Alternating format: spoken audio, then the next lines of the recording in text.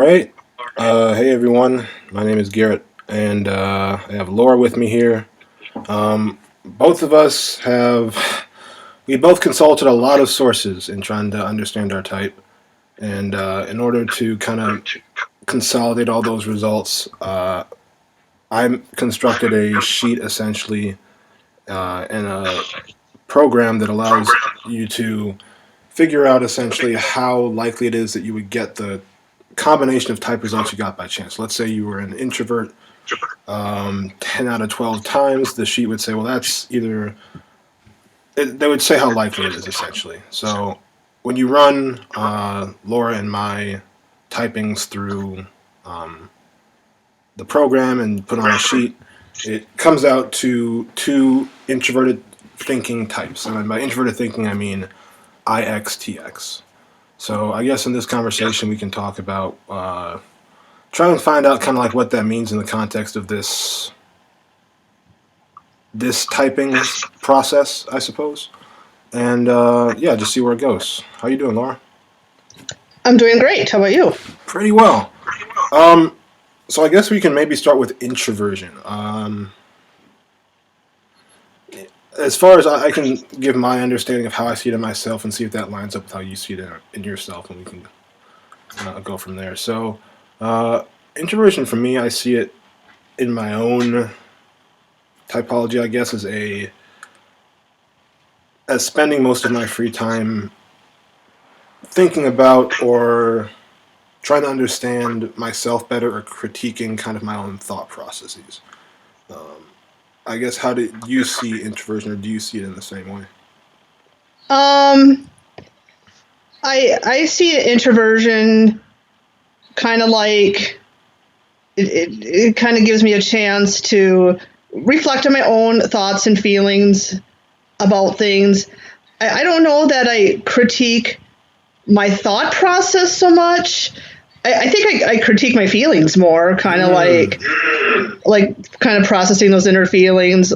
What makes me happy, what makes me upset, why does it make me upset, and I think just kind of having a chance to really get absorbed in whatever it is I'm interested in, and not being interrupted, and just kind of being free to do what I want, and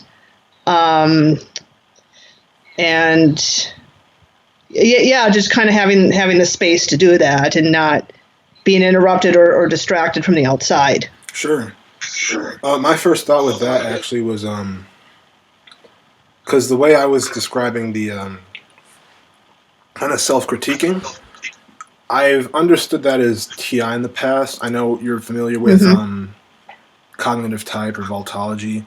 Their mythology aspect of TI has resonated a lot with me in terms of it being very critical of thoughts. And Personality Hacker, you familiar with those guys too?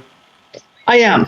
Yep, they have a pretty, it's, I don't know if Auburn would have as high opinion of them as I do, but they have a pretty similar, actually, description of TI to him. Like in one of their podcasts, they talk about TI as not being skeptical of one's own thought processes at its highest level. I know they kind of define it as accuracy. Yep.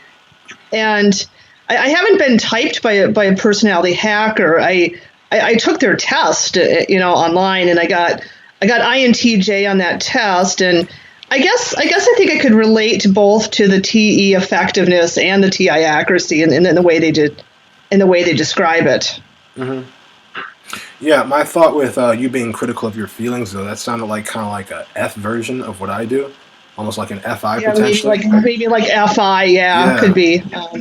But then I related to what they said about FE harmony, so who knows? Right. I could kind of see myself in all of them, except, well, maybe not so much SE, but I kind of I kind of do this and I do that, and but yeah, on their test, I got INTJ, but I think they were kind of focusing more on the dichotomies, and they weren't looking so much into the cognitive functions. Right. They don't. Yeah. They will give you cognitive functional results based on how you answer on the dichotomies test, but they don't. It's not like a Dario-Nardi test where they'll actually look for Hmm. the specific cognitive functions. Yeah, Yeah. yeah. Because on the Dario Nardi test, I got INFP on that. Hmm. It's usually what I type as, but I Were you saying something else? oh yeah because I know like in objective personality they type me as ISTJ, but I did it's kind of like I scored high on all the four of the functions that are supposedly in INFP stack, like like like a like INFP was the best fit overall, but I did also score fairly high on SI and TE. Hmm. I mean, that would, that's like one could interpret that as you likely being a delta quadra. Yeah, yeah, yeah, and that's the thing. I think people interpret the quadras so differently because I know in Socionics. Are you familiar with the Socionics theory? Yep. Because like some have said I'm an alpha and some have said I'm a delta. I know World Socionic Society they type me as LII, logical intuitive introvert, which is kind of like TINE. So that would be an alpha type. That's why I'm typed by them Uh, too, actually. you got LII also? Yeah. ILE initially, then after some additional conversations, Jack said LII. Mm-hmm. Yeah. And I do relate a lot to the description of LII, like kind of like wanting to have a consistent logical structure and a principle that you can follow. And but I guess what I'm not as sure about is like my polar function. Is it really SE or is it? Because I've kind of considered like maybe FE polar because sometimes like I get overwhelmed by like strong expressions of emotion and I'm not sure how to deal with it and I got it typing from somebody else and he suggested SLI maybe, so I've been been looking into that type. I know that I don't value SE in Socionics. It's an unvalued function, but then it's kind of like when I read SE polar, it's kind of like these people like they're just kind of oblivious to the SC almost, whereas I'm not oblivious. I just don't like the strong displays of SC, and I feel like maybe I could use it if I had to, but I would much prefer to not have to deal with the SC. Right, that would be more SEE, right? So maybe it's like more ignoring. Ignoring and But then, demonstrating. Ignoring, I but then guess, in your case. with FE, I wasn't sure because like I really do respond well to like positive emotional displays and like sometimes I can go to a party or some festival and I can get kind of sucked up in the positive atmosphere and I kind of like it when there's like a shared emotional atmosphere, we have like a common interest or some value or something like that. But then if it's over dramatic displays of emotion, it's kind of like I just don't know how to handle. No, I don't know how to handle that. So that's kind of where I wasn't quite sure. It's kind of like, well, in one way I can see how FE could be suggestive for me, but then in another way I could see how it could kind of be like a polar function or just some area of vulnerability. So What that might be is FE blocking with SI as opposed to NI.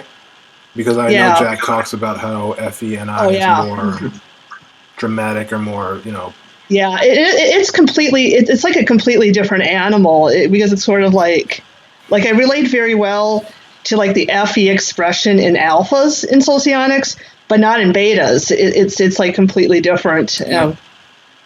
I think that might be one explanation for that. Mm-hmm. One theme I'm picking up is that's kind of a commonality. I haven't mentioned this yet, but just kind of the vacillation that we seem to both do, because I think it's pretty rare to get into typology, and it's also pretty rare to get into typology to the extent where you have like 12 different typings from different, I guess, professional sources.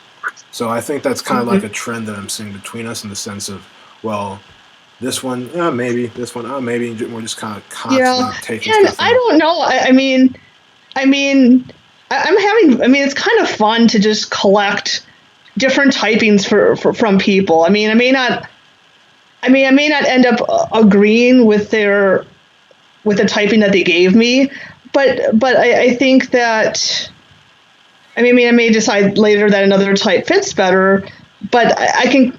Most of the time, I can kind of see where they're coming from with that typing and how they got to that conclusion, and um, and you know, it's like you have all these systems that kind of are influenced by Jung, but they're all kind of branching out, and because they're kind of looking at things a little differently and defining the terms differently. I don't think it's really the same system, and I'm thinking that it's plausible that you could get different types. You know, like you go to objective personality, and you get one type, and you go to Socionics, you get another type. Personality hacker, you get another type. That seems to be my experience of it. Now, I suppose there's going to be some, general trends that happen, like like most of the types are going to be introverted types, or most of the types are going to be thinking types or SI or whatever. But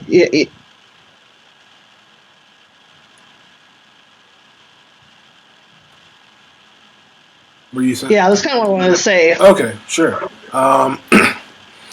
Yeah, I guess I I have like kind of a slight variation on that in the sense that like yeah, I'm taking in like a lot of different typings, but at the same time I'm kind of looking for like the singular answer that there is.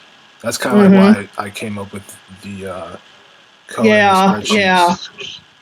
Um, yeah, and I wonder if that's like a difference between NI and NE. It's like NE kind of tends to branch out more right. because I feel like I got to keep branching and branching out, and NI, it seems like they don't like the idea that as much that you're getting different types in different places. It's like they should all be different systems, but they're all describing the same thing, and if you're not consistently getting one type, then these systems kind of need to be refined until you can come to one clear type Exactly. for a person. Yeah. So, That's a lot. That's pretty much where I'm coming from with it. Yeah.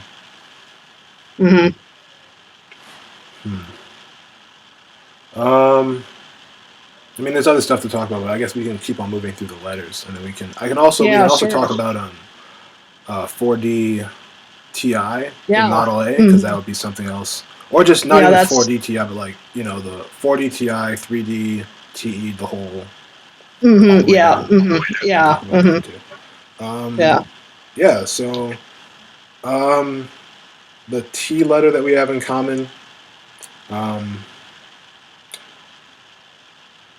I guess I can just. I don't have like as much to say about that one as I did about introversion, but I can just start talking and see what happens. The T, for me at least, seems to be a lot about. Like I see that in myself, not really being that emotionally expressive. That not that emotionally. Um, yeah, expressive is a good enough word there. Um, kind of focused primarily on figuring stuff out, I guess. Not as much about. Not that concerned with like having fun in the way that most people maybe define fun. Um, Mhm. yeah, I don't. Yeah, like I said, I don't have that much. I don't have that much in the way of conceptualizing or pattern recognizing T in myself, thinking or logic. That's kind of what it is for me. How do you see, if you do at all, T in yourself? Um, I think for me it's about wanting to be rational and reasonable and kind of thinking through the logic of things, wanting everything to make sense and have the pieces fit together, and kind of being impartial, not letting emotions get in the way of making a good decision. but at the same time, I think emotions can be important because it is important to follow your heart. So I mean, it kind of depends on the kind of decision. Sure. I mean, yeah, I definitely have that too, in the sense of like trying to, like, because there's a lot of tests that like online tests ask, like, do you listen to your heart or your head? You know, and I'm like, well, depends on the Yeah. situation, because you Right. can't go Right. Mm-hmm. all in on one, really. So I guess, yeah, for me, it's, yeah, I see that too.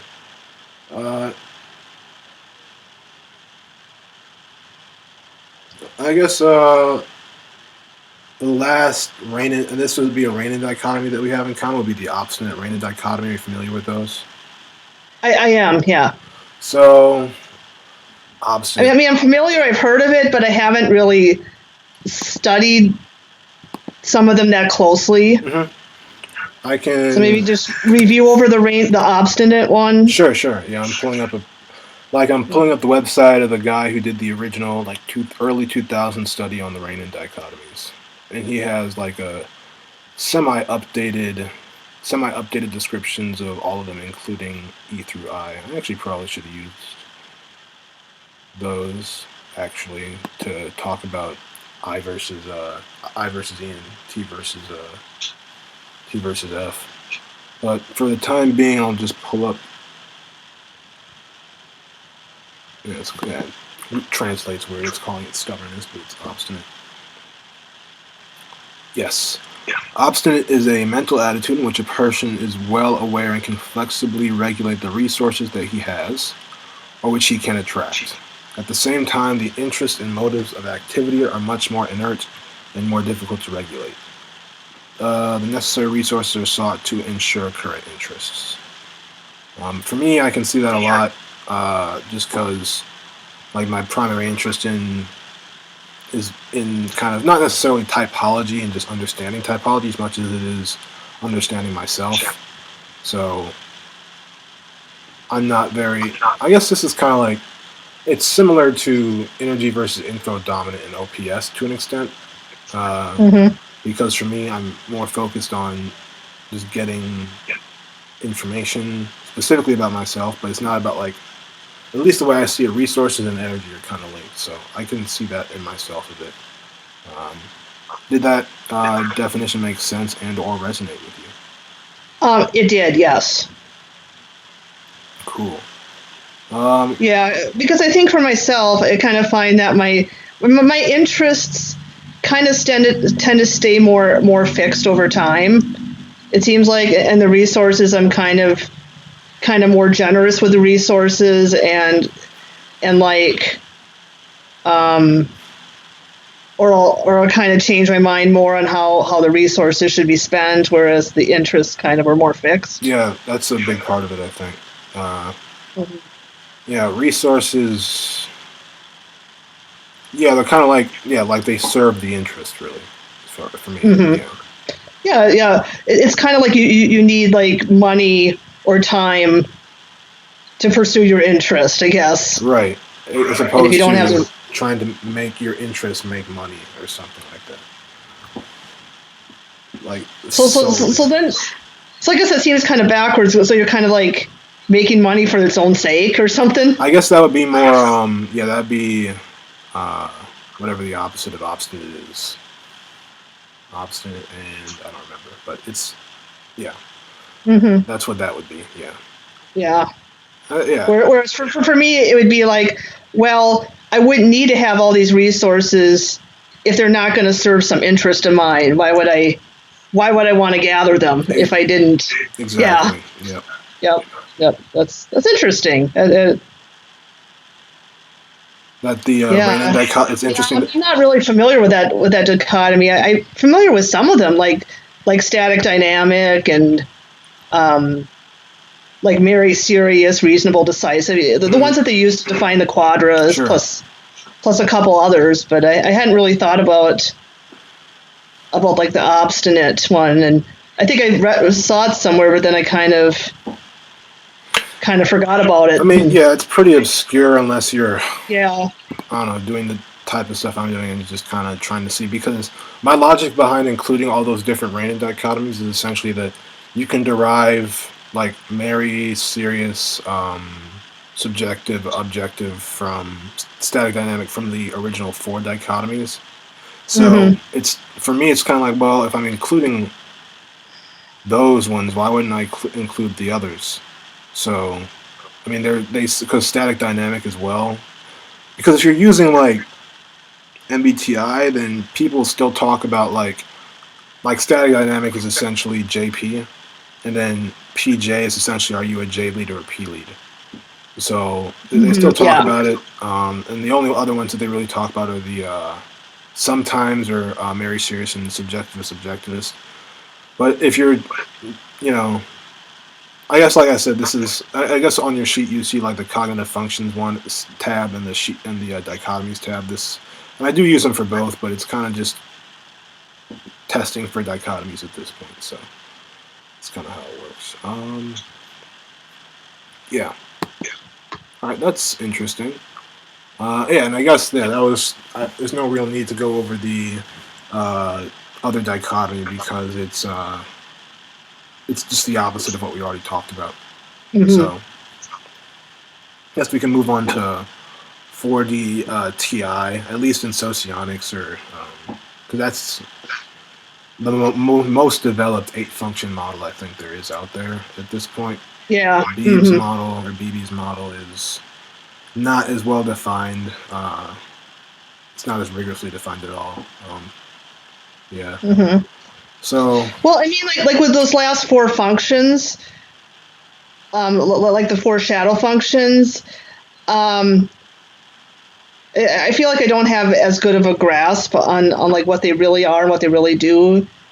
I guess because some of the models they don't even acknowledge the shadow functions. They're kind of just like not there. It's kind of like you only have like some people believe you only have four functions, and so I don't know what your take on that is. um, I mean, I kind of think we have all eight, but I do think that there's four that we kind of we're more aware of, we have more access to. I guess that's my take on it. I But I can know some people will say, well, like you don't like you only have SI or SE, but you can mimic. Like if you're an SI user, you can mimic SE, for example, but you right. don't not really using the SE function. Mhm. Yeah, I guess my take on is I kind of like the valued unvalued um, function dichotomy or valued subdued function dichotomy from Mm-hmm. Socionics. I think that might be a good way to conceptualize it. And actually, I've been looking into. I don't even know how to say. I read the name all the time, but Aushra Augusta. Augusta. I know how to say Augusta. I guess. Yeah, I have no idea how to pronounce it, Yeah, but yeah, I know who you're saying. yeah. Augusta, the originator of Socionics, or the original theorist behind Socionics. She didn't even actually. It's really weird if you look at like some of her. There's this document on the Renan dichotomies where she kind of goes into the different function dichotomies to an extent. And valued, unvalued did not mean to her what it means to people now. The way she described the valued blocks are as verbal, and the unvalued blocks or the subdued blocks as laboratory. Verbal ones are kind. I guess they're verbal. They're collective. Like you're talking about them in real or reasoning about them. I don't understand it that well because it's like a translation from Russian, obviously. But then the laboratory blocks are just kind of like you don't talk about them. Not that you don't value them, you don't use them, you just don't talk Hmm. about them. Yeah. So it's really different actually. It's kind of like how some no, because it's if you go to it is different than how most people conceptualize it, but people still talk about it to an extent. Because if you go on to Wikisocion, one of the ways they describe the valued and subdued function dichotomy is as kind of using that definition, but it's like an aside. It's like after valued subdued. What was I even talking about? Something related to typology. Well, we were talking about 4D TI, and then I guess I can just go back to 4D TI. Um, oh, you asked me what I thought about the difference between the shadow and I guess ego functions. Yeah, and then also John BB has this quote or something. I've read it and I've also heard it a couple places about how, like, when you see somebody using functions from your shadow, you're like, oh, that's not the right way to use thinking, or that's not the right way to use feeling, or whatever. But if you see people using functions in your ego, then it's like, oh, I understand that. I might not be as good at it as you are, but I can appreciate it because that's how you're supposed to use that function. So, yeah, it sounds very like TE-like in the sense that I have all these different opinions that other people have on, Mm-hmm. you know, different topics, but I don't really have my own that well. So it sounds like TE and I guess C.S. Joseph land as well as OPS land in terms of other people's thoughts and all that stuff. I thought about that to an extent, but trying to see how much I can get out of kind of just analyzing the data, which is also TE. But yeah, so for the TI, in terms of Socionics, I guess that would be really just, well, I don't necessarily want to use Bukalov's conceptualization of dimensionality because I don't understand it that well, but I do understand strength as well as, well, I guess accepting producing. We can talk about in terms of strength and bold, cautious, I guess. I don't know. How well are you familiar with dimensionality in Socionics? I am somewhat, yeah. Okay. I mean, generally speaking, it's just like how strong a function is. 4D functions are the strongest, 1D functions are the weakest. So that would be kind of like, and also like they're the most present in our, like the two 4D functions you have one 4D rational function, one 4-dimensional rational function, and essentially those are what are most present in your most apparent. Like I got typed by Type Tips Leon Sao. Okay. And he was kind of using a more visual or auditory method, but he was saying that what he looks for primarily when he's typing people is the 4-dimensional function, because those are what come up the most. Mm-hmm. Mm-hmm. So for me, I can see TI is conceptualized as like categorizing in logical.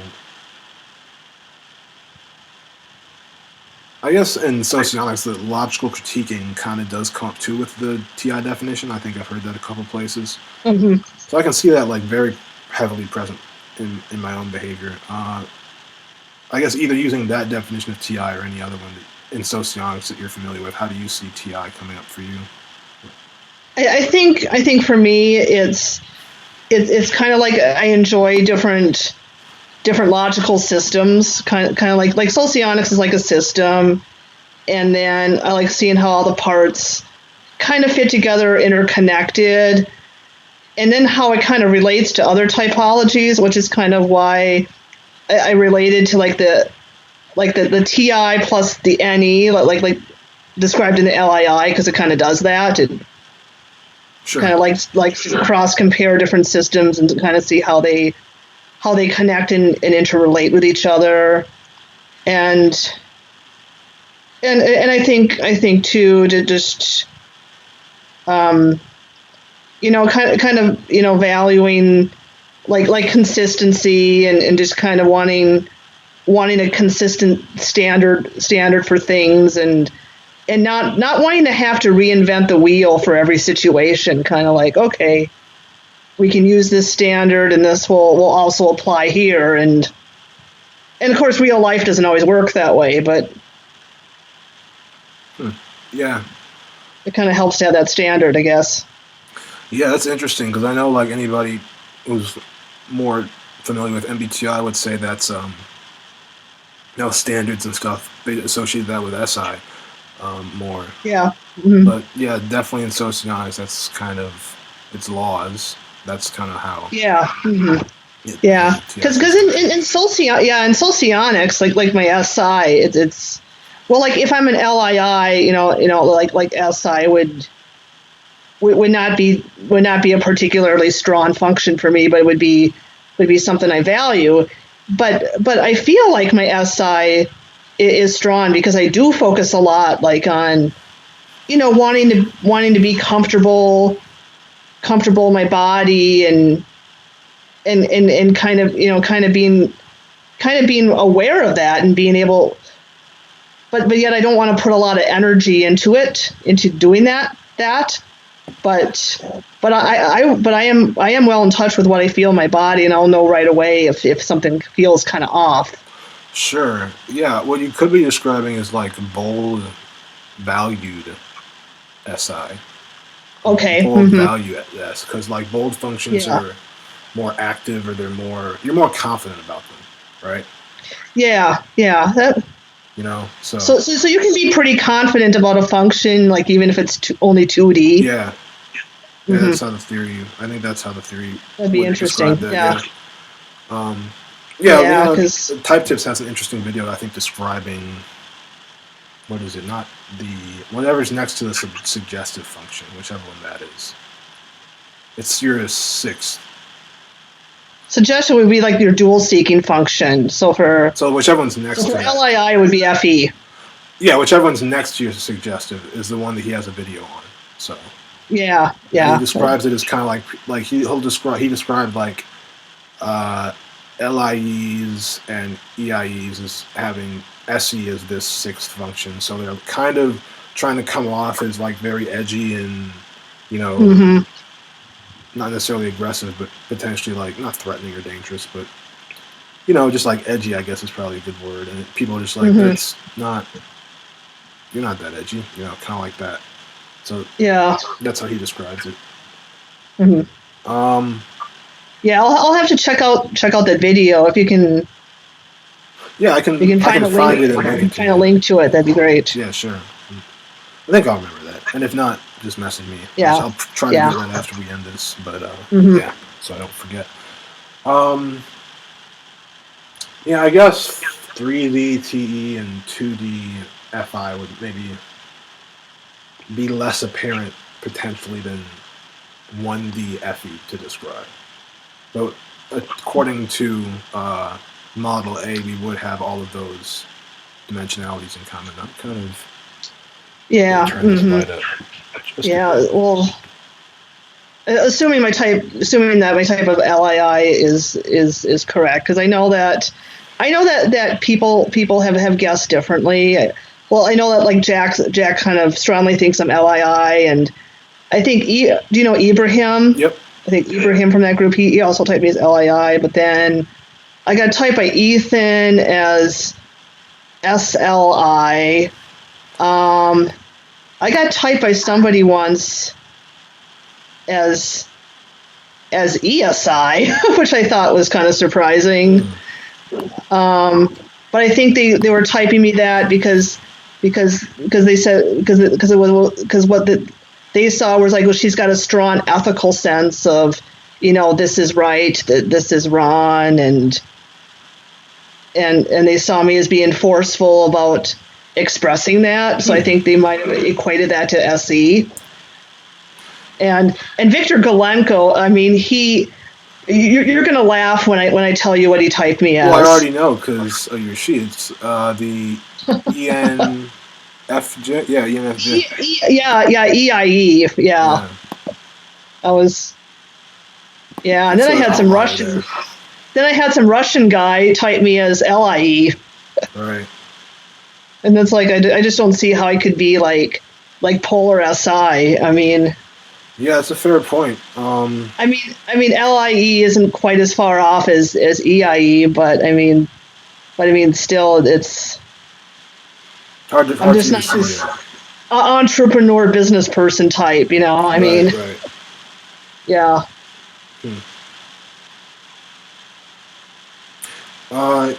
Yeah, I forget exactly where this last conversation was coming from, or not conversation, the last snippet of conversation, but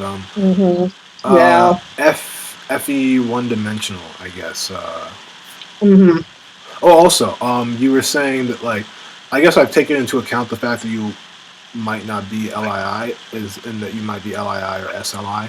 So. Yeah, well, that's kind of what I'm looking into SLI right now. I think what I feel pretty certain about is that I'm either in the alpha or delta quadra, and that I'm an introvert.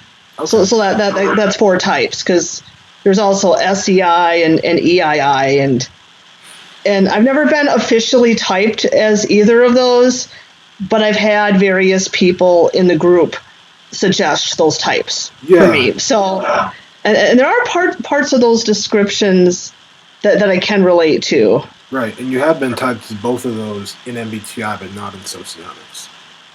Correct. Yeah. The rough. I mean, although I don't know if I really considered them.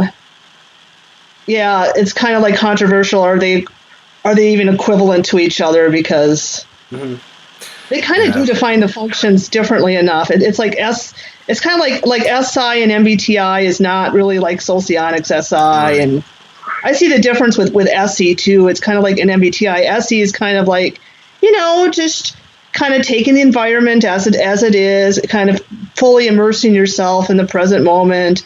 And in Socionics, SE is kind of more about force and competition and acquiring things. Because I mean, I know people that are like SE and MBTI, but they would not be SE and Socionics and vice versa. Right, yeah. One way I try to think about that, or I do think about that, is that it might be essentially that,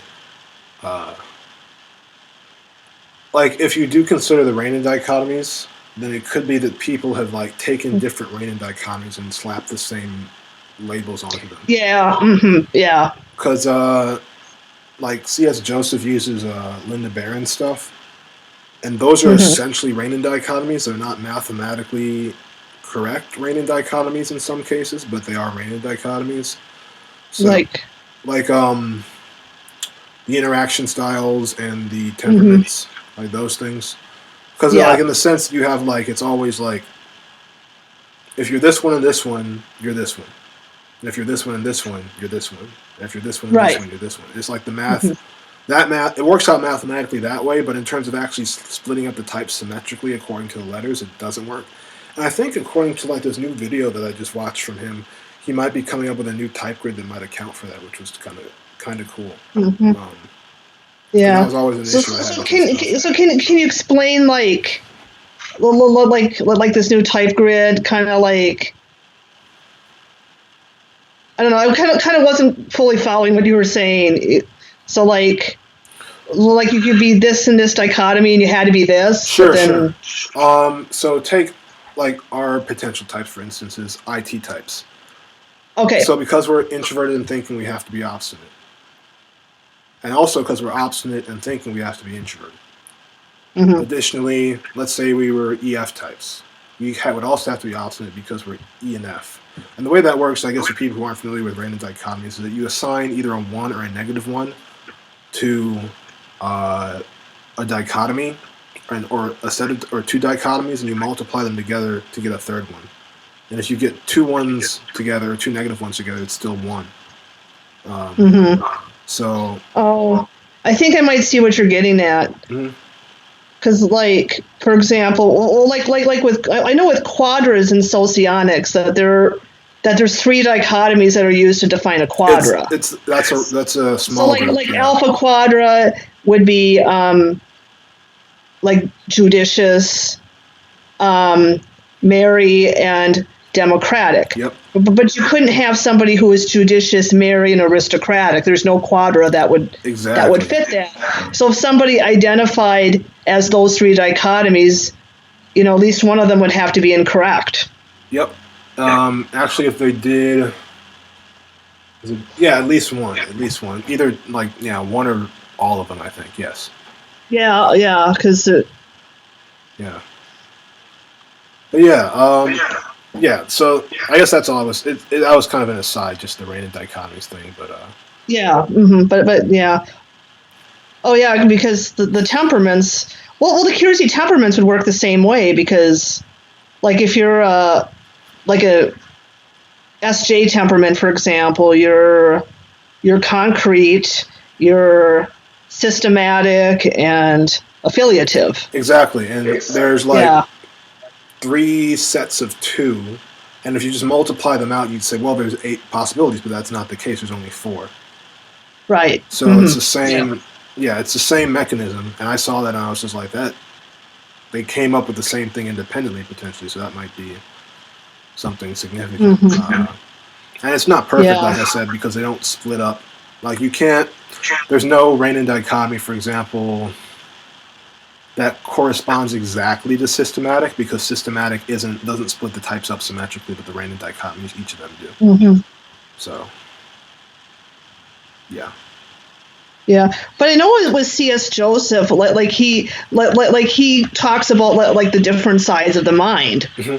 So kind of like, okay, like an ISTJ, for example, they have a subconscious ENFP, and then like an unconscious ESTP, and so sort of like, well, an ISTJ, like for example, they're systematic, but then these other types are interest based and not systematic, so they might relate more to interest than systematic. Right.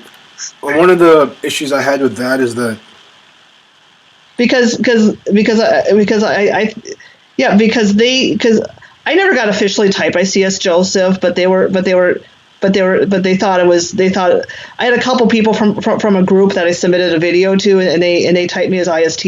Now in that system they typed me as ISTJ, but then I always wondered, well, I think I relate more to interest and systematic because I'm always kind of thinking about, what's in it for me, how does this impact other people.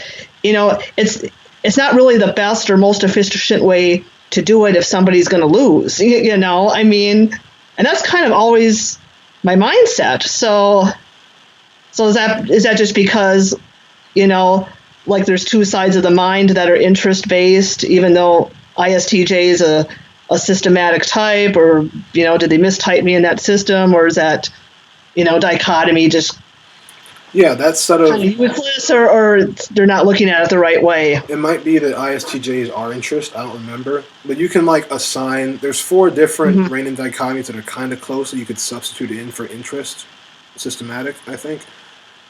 So depending on which ones you substitute in, then like ISTJ might end up as interest. Hmm. I think they actually do in one of the ones I was messing around with because I think in the end interest. No, that was something different, but whatever. Yeah, so essentially that might be the case that ISTJs are interest as opposed to systematic, using Reinin dichotomies to split them up symmetrically, split up the types Hmm. symmetrically. But in terms of sides of the mind, one way I try to understand that, I think it's Model B in Socionics that actually has 16 functions, one for each that each correspond to a type. And what you can actually do is you can split them up. You can arrange them in like what's called a like if you got the Model A cube, right? Have you might have actually seen Ibrahim's post in his blog on this. I don't know if you've read his blog at all, but I've read some of his posts. yeah, there's this way you can split up the functions into kind of like essentially two cubes that are superimposed onto one another. What's called a hypercube or a tesseract. Uh, so essentially, you can arrange each of the. I mean, you can also do it in a 4x4 grid and just draw lines to indicate that it's a hypercube.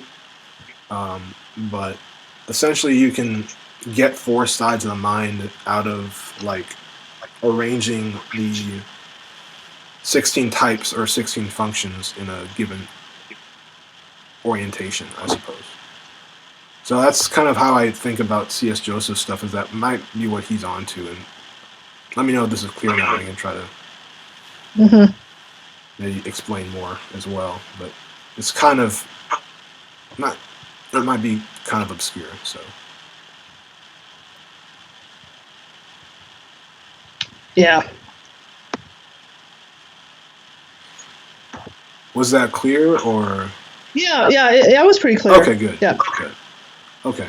That's one way I conceptualize that, and also just that ISTJs may or may not actually be like the only ones that you can say are actually um, split symmetrically are uh, initiating, responding, and abstract concrete, because those ones are just directly mapping onto regular dichotomies. Hmm. Yeah. I mean, because in C.S. Joseph, it's kind of like, Well, for example, most of the thinking types are direct, but then INTP and ENTP are not. It's They're like, yeah, it's informing. like 4 out of, it should be You have 8 a out couple of that are 16. kind of like the oddballs, or Yeah, it's like 6 out of 2, 6 out of 8, and it should be like it should be symmetric. It should be 4 out of 8 every time, really. Yeah. Yeah, I guess that was the last. Did we actually get to? Yeah, we did get to 4DTI. We didn't talk about 1DFE though. 1DFE, yeah. Yeah, so I mean, people commonly say I have resting mean face or whatever that is. That's kind of a thing I've gotten a lot. Like, why don't you smile more? You should smile. Like that seems to be like a 1DFE thing. It's kind of weird with me, but I feel like I'm kind of the opposite. Like people will say, "You're always so happy and smiley," and sometimes I'm not. I'm not even that happy. It's weird. Mm-hmm. So that's interesting. So I don't. Because we should both probably have. I mean, based on the stats I did, yeah. We should both probably have 1DFE, but it might just be that. Well, there is like there. If we're going by Model A, no, we even both have. We would even both have no. One of us should be.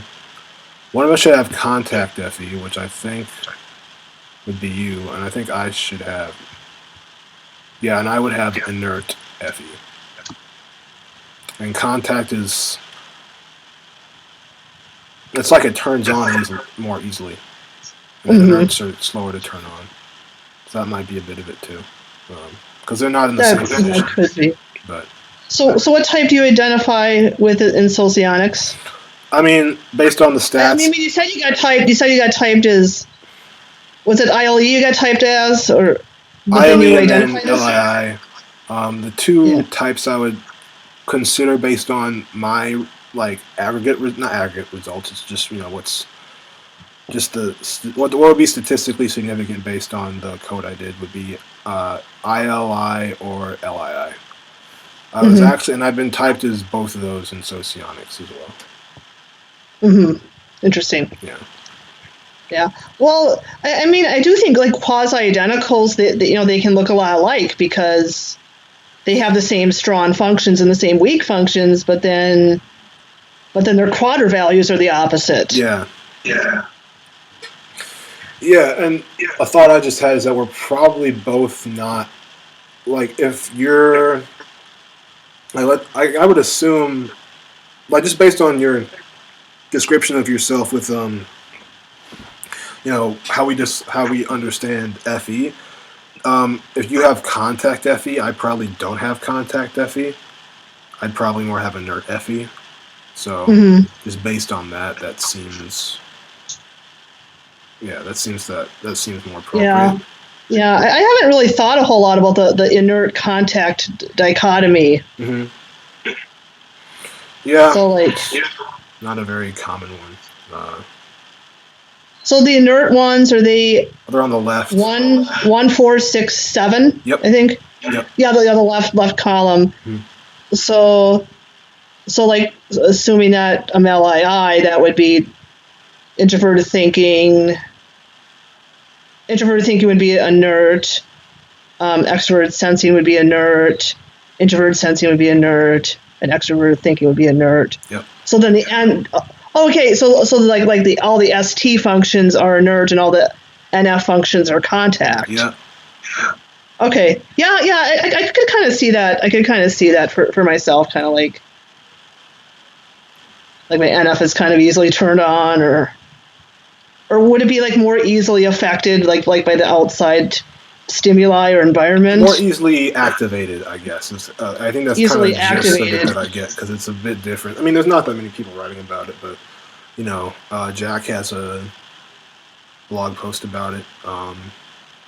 He calls it something different, I think, but then it's really just two places where we talk about it in depth in English, so not a lot to pick from. But is that kind of why, even though I'm most likely a thinking type, like why I feel like I'm so easily affected by emotions, and like I feel like I'm really sensitive, and that. Yeah, that might be part of that. Yeah.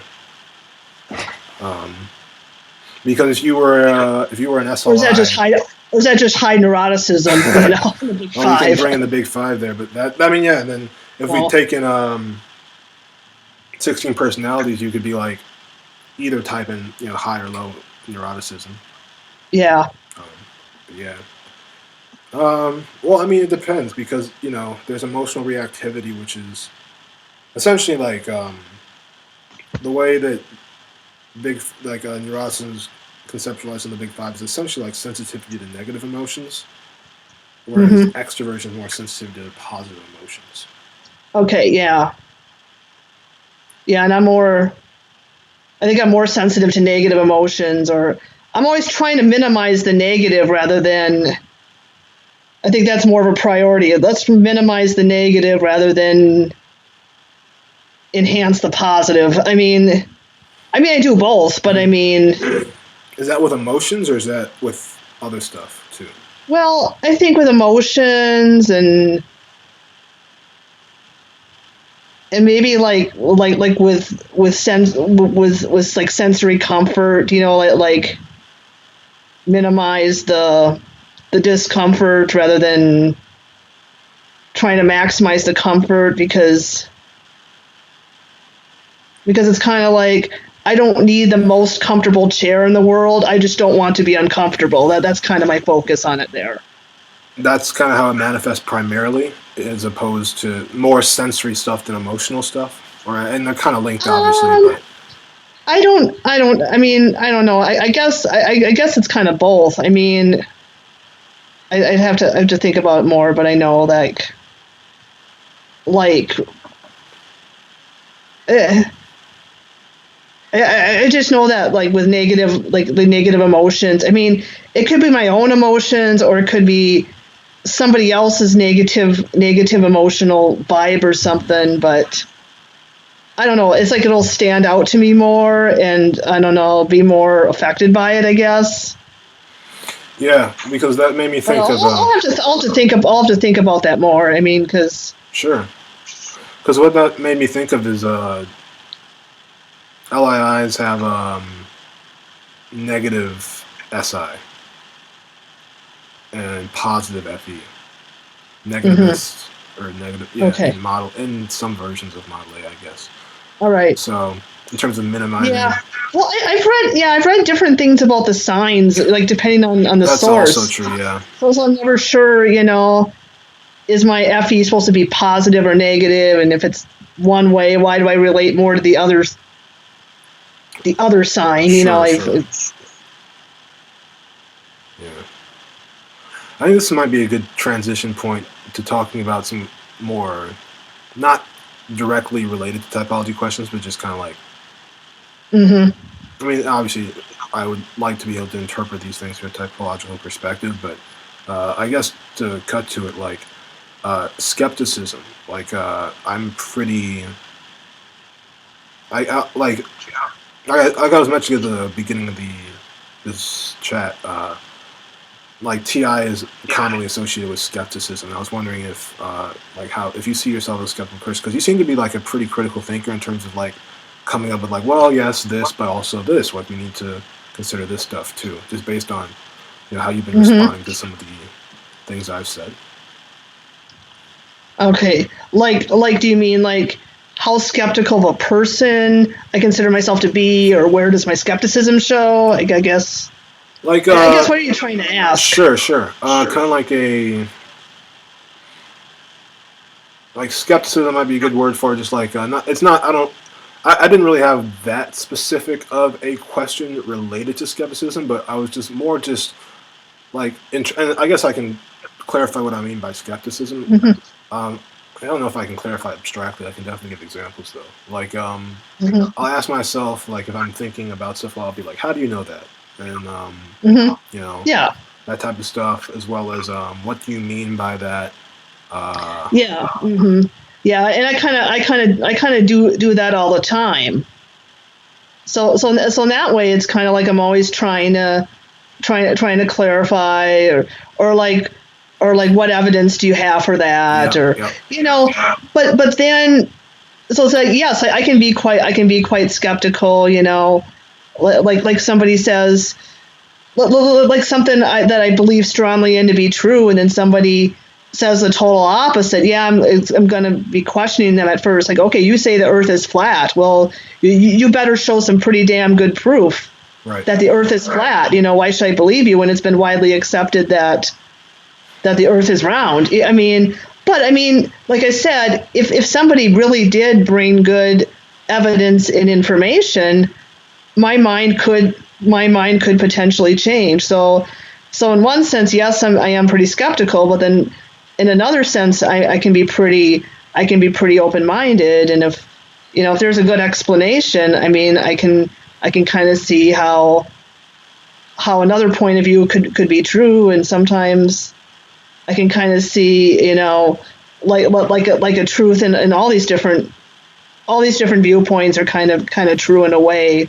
And typology is kind of like that, because it's really hard to hardcore prove anything, because it is kind of like a soft science or a pseudoscience, maybe, depending on who you ask. Right. So sometimes it is kind of just taking it on faith, or kind of like, well, I can't hardcore scientifically prove this, but they seem to be onto something, and this seems to be what I observe in everyday life. It's kind of like socionics. It's like I kind of sense that something is there, because just from my interactions with people, and it's kind of like, yeah, people kind of do value different functions, and they naturally process these elements in a different way, even though we have all eight of these functions. Mm-hmm. Sure. What was I gonna say? I think I was gonna say a lot of stuff, but I forget. I kept on coming up with new things to say, and I was like, I'll just wait, but it didn't. I didn't end up saying them. I was gonna say something about, like, because what you're kind of doing, I was seeing it again, and I don't know if skepticism is necessarily the best word for it still, but it's like a critical thinking, And then you were talking about, like, open-minded too. Like, I describe myself pretty much along the same lines. Like, I could, well, I don't know, but that's what it is, though, right? I was saying something. I was like, well, let me think about that. Like, it's that thing is kind of what I'm describing. Because I'll question things a lot, but then in some ways I'm kind of pretty, like, some people might even think I'm pretty credulous or gullible, because like these new theories that I read about. Well, it sounds kind of interesting. Yeah, I'll check it out. I'll investigate what it's about, and kind of like, including even some of these personality theories that other people might find kind of controversial. Like, like I know some people find objective personality kind of controversial, even, and maybe because it's different from what they're familiar with, and they're adding all this other stuff. And is there really 12 types? Because I'm so used to there being only 16, or people find C.S. Joseph controversial, or Socionics, and even Socionics in itself is branching out. You got different models of Socionics, and they don't always agree with each other. And yeah.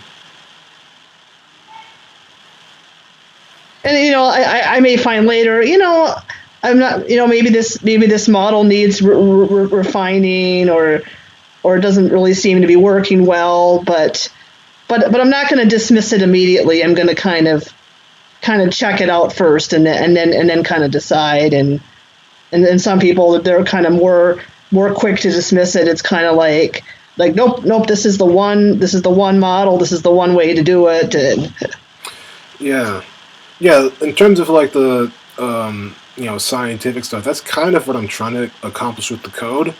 Because even if you just look at the first set, which is just the random dichotomies, at least on one of your sheets, you have one that's statistically significant. I think it's strategic. I think it's that one. And then for me, I have farsighted. Okay. And I mean, so I would be more strategic then, right? Well, you would be. I mean, yeah, you not necessarily more Yeah. strategic than me, but you would be. Oh, I mean, Yeah. are you asking about that random dichotomy specifically? Yeah. That's essentially like long versus short-term goals. Tactical's more Okay. short-term goals. Mm-hmm. Strategic's more long-term goals. And I think you were, yeah, because you get either NJ or SP a lot. So that would be strategic. Okay. Yeah. NJ in what system? You mean Socionics? Yeah. Oh, okay. So like, oh yeah, because like LII would be like INTJ in Socionics. Yep. Okay, and then like SCI would be ISFP or. Yep. Okay, I okay, got it. Yeah. Yeah. So yeah. Well, I mean, I kind of have both long term and short term goals, but I'm always kind of thinking like even with the short term goals, it's kind of to help me out in the long term. Right. Yeah. The way So yeah. Kind of think a lot about my long term well being, like. Sure. I can pull up the definition from the same site I was on earlier. Yeah, it's strategic. Strategic is the mindset in which long-term needs converted into goals always take precedence over current short-term needs and are better understood. After each action taken, the result is reconciled with the final desired state. So that's what they have to say. Yeah, that makes sense. Yeah, I can definitely see that. Cool. Yeah, for me, like I guess all I was saying earlier was just that, like, the whole, like, the threshold I have for statistical significance with the probabilities I'm calculating is 0.05. So it's not that there's a less than 0.05 chance of. There's a less than 0.05 chance of getting, like, I think in your case it's like 12 out of 12 strategic. It's not just that. It's not just on that. It's about. It's kind of hard to explain, but essentially what I'm calculating is that it's less than 0.05 probability that any one of those 15 random dichotomies would be 12 or higher. In your case, 12 because it's 12 out of 12. Mm-hmm. So yeah. Well, wow. Yeah. Interesting. So it's like consistently scored strategic every time. Every single time if you use. That's really interesting. If you use like cognitive, like it's the first one that applies to, the first sheet on your thing, because if you use cognitive functions and socionics notation, then yes, that's what happens.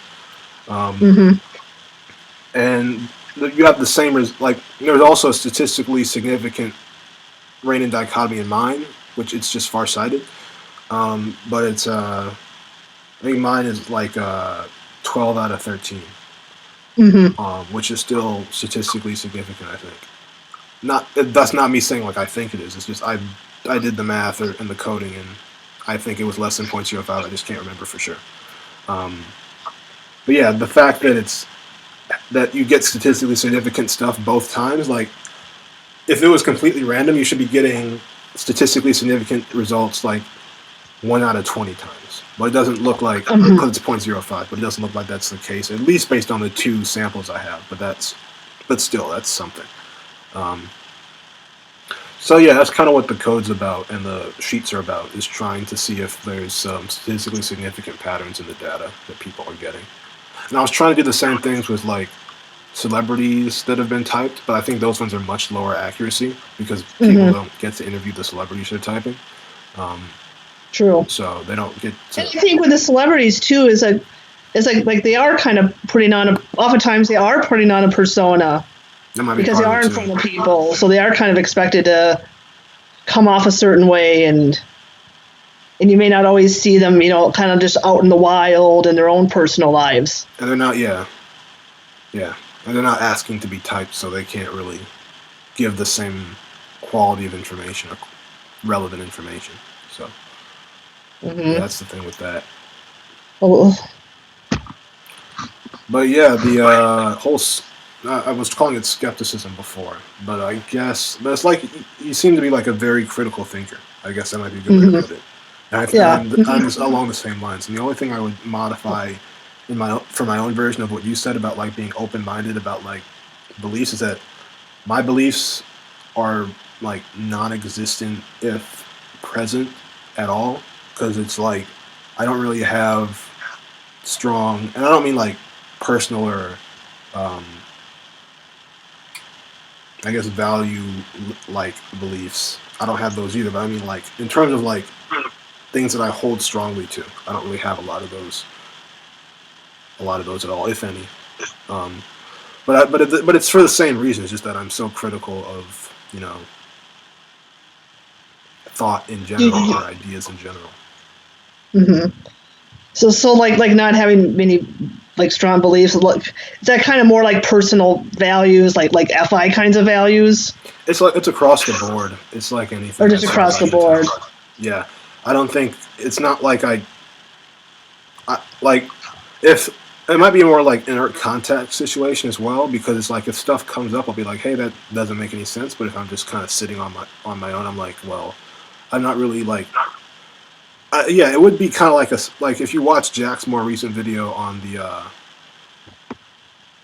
information elements, the rational information elements on the the Socionics one. It's like the rational, introverted, static information elements are kind of like very solid and fixed because they're not moving and they're introverted, static, and rational. So like I don't really have this core belief or set of beliefs that I kind of hold strongly to, which might be more of an ILI thing comparing to LII thing with you potentially. Well, like an LII is said to have like really strong principles about some things. I guess, yeah, generally speaking. I was just talking in terms of just balanced, stable versus, well, I don't remember, like the temperaments, I guess. I was talking in terms of like Socionics IJs versus Socionics IPs. Yeah. And yeah, and that's kind of another thing where I'm kind of trying to figure it out because I feel like I'm kind of a mix of both IP and IJ. Like I'm not all one way or another, because in some ways I'm pretty balanced, stable, or at least I want things to be that way. But then kind of internally, I feel like I'm more, I don't know, changeable, I guess, and I think it's kind of more like, well, maybe like with emotions, for example, it's kind of like. Like IJs kind of have a more constant emotional state, it seems like, and like the IPs, it's kind of more variable. It's that would be like a static dynamic difference, I think. Yeah. Yeah.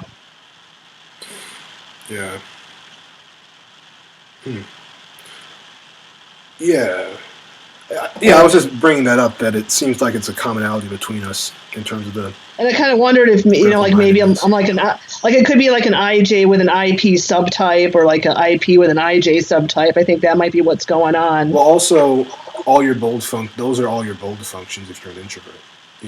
Yeah. So everybody's going to experience a bit of a mix with that, as far as I can tell.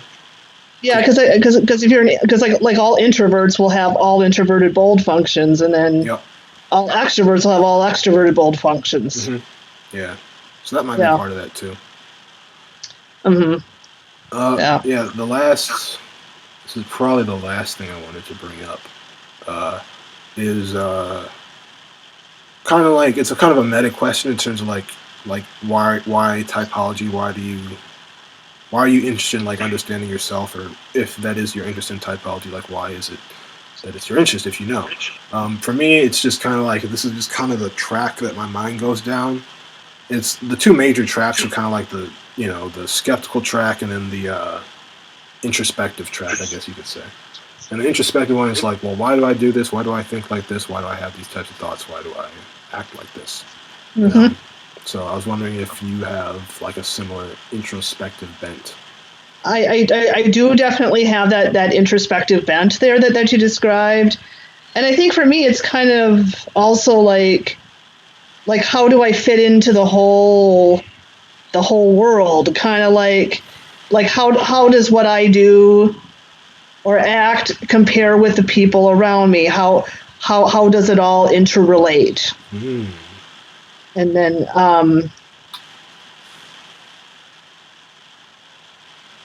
like how to because it's kind of interesting. Well, how can I use this information so I can understand people better?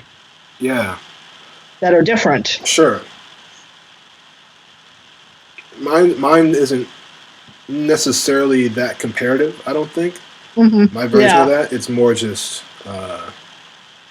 like it's just trying to understand. Like it's really about why. It comes up. The word "why" comes up a lot in the sense of like, why did I do this? Why did I just act like this? Not necessarily in a critical way, but just in a literally just. Like the skepticism is definitely critical. But this is just more curiosity. So yeah. But yeah, it's that's interesting too. We both have these two types of tendencies in slightly different variations. Yeah.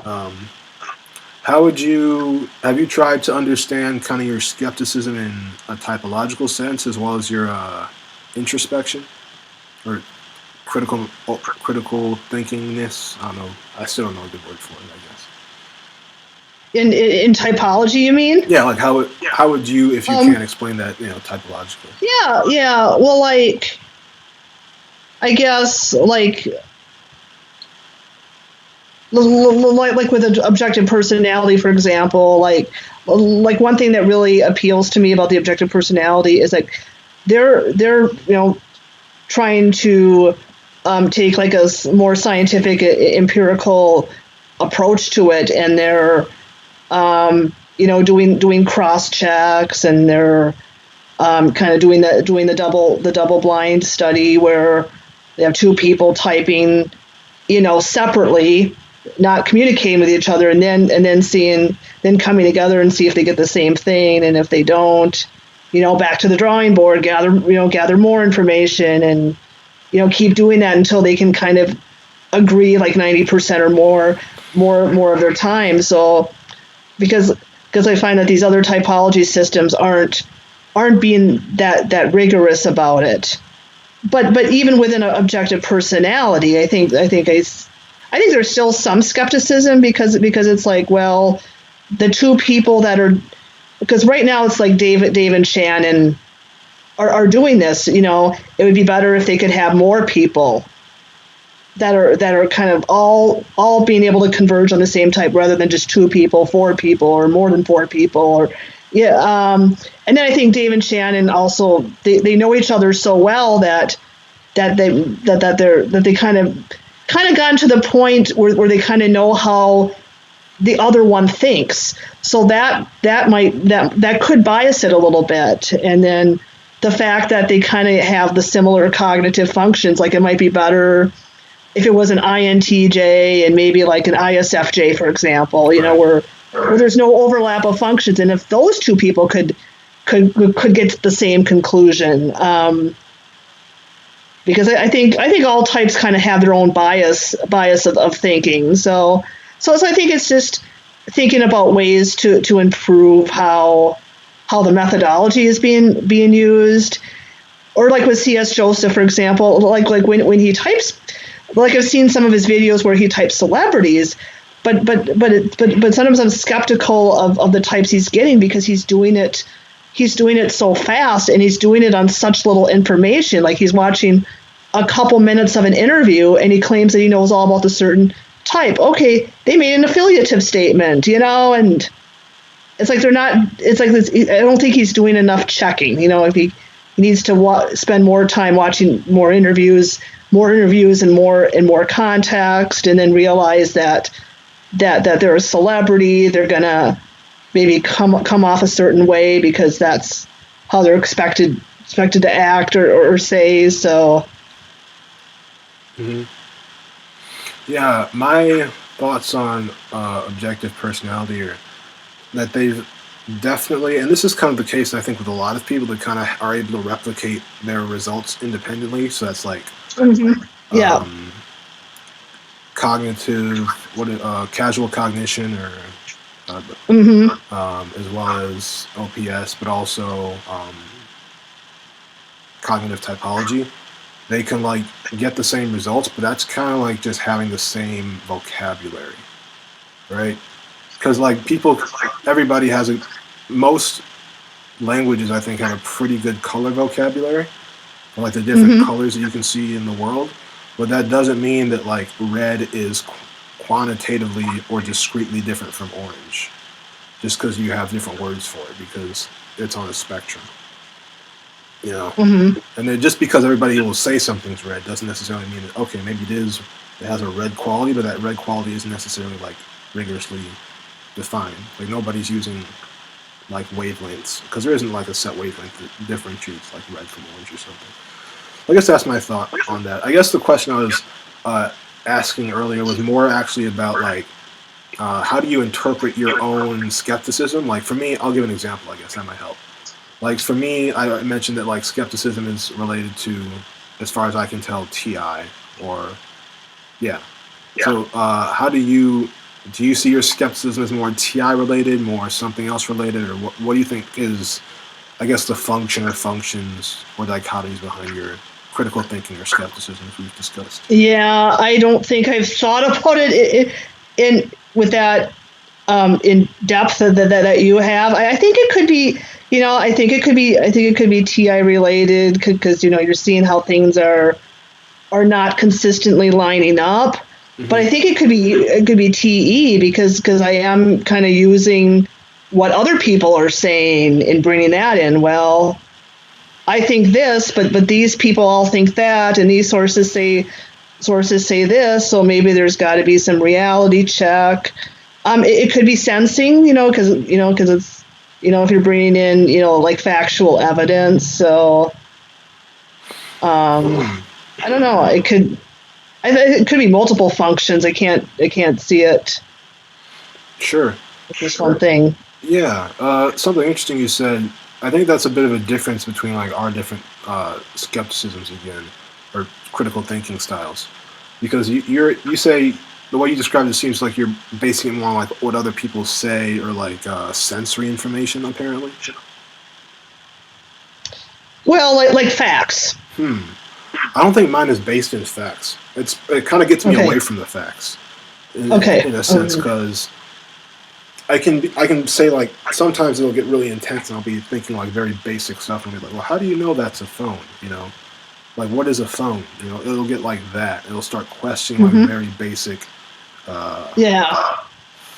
very basic assumptions or very basic conceptualizations of things, I suppose.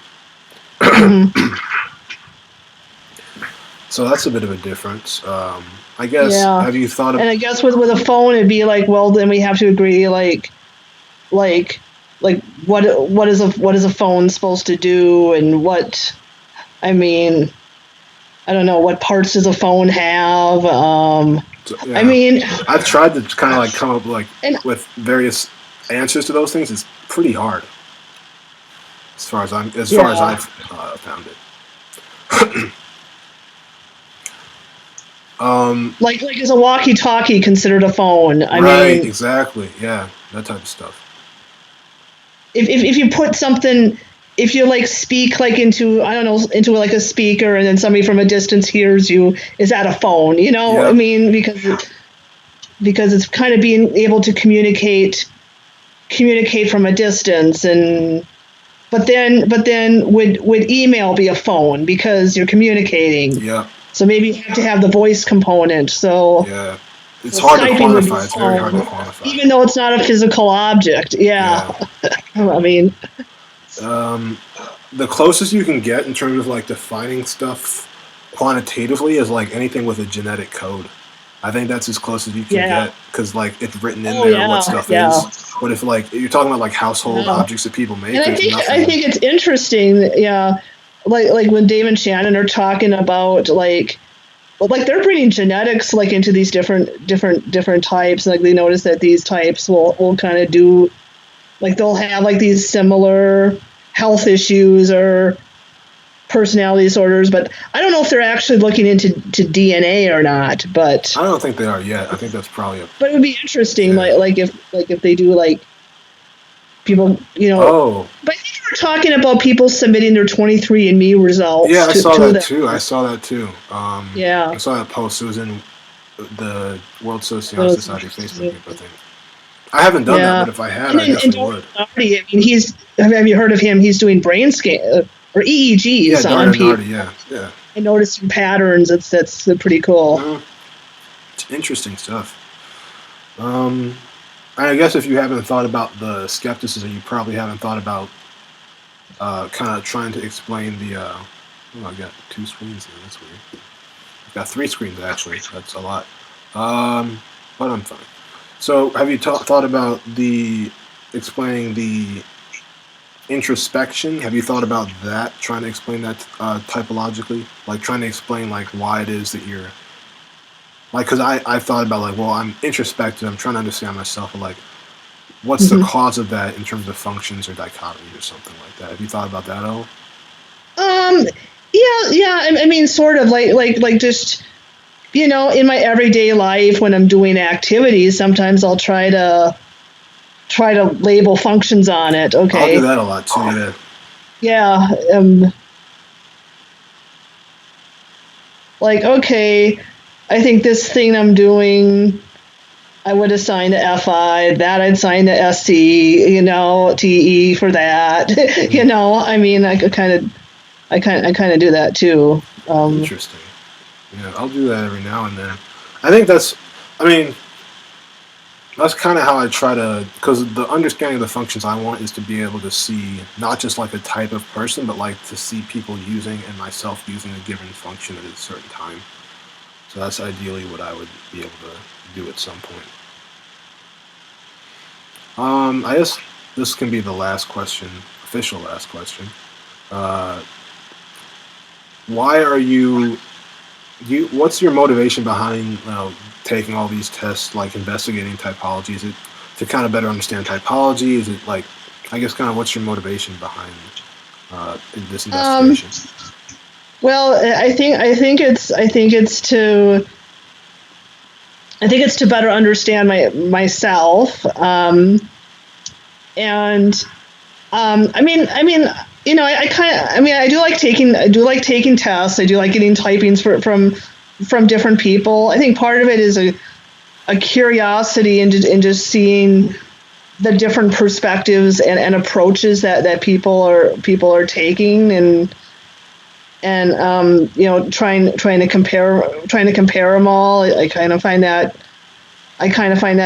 interesting, and I guess I'm trying to do that to track patterns, to try to excuse me, to try to track patterns in myself, because I have noticed that even though I'm not getting consistent results, there are patterns that are coming up. Mm-hmm. There are some types that are coming up quite frequently, or some cognitive functions, and some aren't coming up at all. So I think that's kind of telling you something. Yeah, you can. Yeah, even using the, I can do some stats on it's not really useful in your case because you already have 2 that are most likely that are so high off, like that they're, that you're probably one of those. If you are one at all. But you can also see like, okay, this didn't come up at all in 12 trials, I guess. How likely is that? So that's something else. Yeah, for me, it's this is definitely just kind of me trying to understand myself. Specifically why I do certain things. Like I said, it's a why question that I'm trying to answer about a variety of different things. So yeah, I don't know. Would it be possible to like screenshot that chart you made and share it? Just because I think people might find that helpful. Yours? It could be mine or yours, whatever you want. I can maybe try to edit the description and put the link to it there. Okay. Yeah, I could do that. Yeah, so that's kind of what the chart looks like. Maybe people could kind of understand your methodology better, right, yeah. Have a visual of it. Yeah, I guess because I haven't finished editing the second tab on your sheet yet, but the first Mhm. one at least I can do. Yeah, that would be a good idea. Cool. And also, you said you wanted to. There's something you wanted me to send you. I was gonna write it down, but I guess I should have because I kind of forgot what it was. Oh, it's that link to Leon's video. Right. Yes, and Oh, which on the sixth function, I think. Vulnerable. yeah, sixth function. Vulnerable. Yeah, I think it was the fifth or the sixth or Sixth. I think I want to say. Yeah, it was definitely sixth because it's valued and you're confident in, but you suck at it. Is the whole shtick. So. oh. All right. Cool. That's the thing about LII. You know, I don't think I suck at SI, and the objective personality people would tell me I definitely don't suck at SI, but maybe I'm fooling myself. Who knows? That's kind of how he describes it. Or I could suck, or if I'm like an SLI in Socionics, then it would be FI, which that would make maybe more sense for me to actually suck at. Huh. But still be confident in and value. Yeah. I mean, yeah. So it's, you know, if you look at the different types. Right. Yeah. Or if I'm or if I'm SEI, that would be TI. You know, Yep. that would be. Because he literally describes it in the video. It's just like, yeah, you're proud of this because it's bold. Because that's another thing. Like I read about LIIs, it seems like they're a lot more rigorous, you know, with the TI than I am. It's kind of like, you know, like their ability to kind of like use all that formal logic and stuff. It's kind of like I feel like I don't have that rigidity, or I don't want to quite go to that to that level. Yeah, kind of like, okay, is this premise even accurate, or what makes a phone a phone? And it's like it's almost like I can only do so much of that kind of thinking. Then my head starts to spin, and that's what other people were kind of saying about my TI. Like they weren't sure. Like weren't sure if I had strong TI or even if I value TI, because I don't know, compared to like other people with supposedly high TI, they didn't think I was doing it as much, or right. Yeah, and that's something I'm trying to think about more is, you know, is what I thought was TI, is that really even TI? You know, I mean, that's a thought straight out of my head. I mean, that's, you know, for a long time, because for a long time I was typing myself as LII, but then the fact that even the Socionics community, like they haven't been, you know, it, you know, what people consider to be my type isn't very consistent, and you know, it's like quite a few people were questioning that type, but then if I posted a different type, then they were questioning that too, and I don't know, it just seems like, well, I think some people just are like more able to be benchmarked than others. I mean, there's some people where it's just obvious that they're like a certain type, and then other people, it's like they kind of are in between two types or three types or four types, and it's kind of like why is that? And I mean, I know objective personality, they can kind of explain that because they can talk about function activation, they got jumpers, they got animals and stuff, and they can explain some of those deviations, and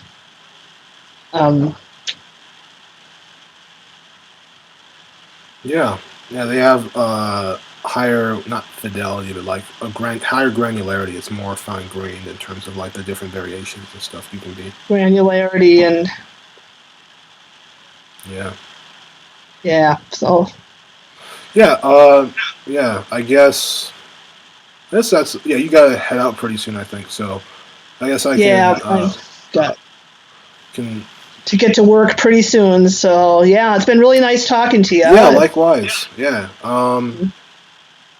Yeah, I think that's. I don't know how to end videos, so I'll just finish the recording and then see you guys later. Yeah. Bye. All right. So the broadcast is ended. Cool. Oh no, it hasn't. This is still recording actually, but now it's ended.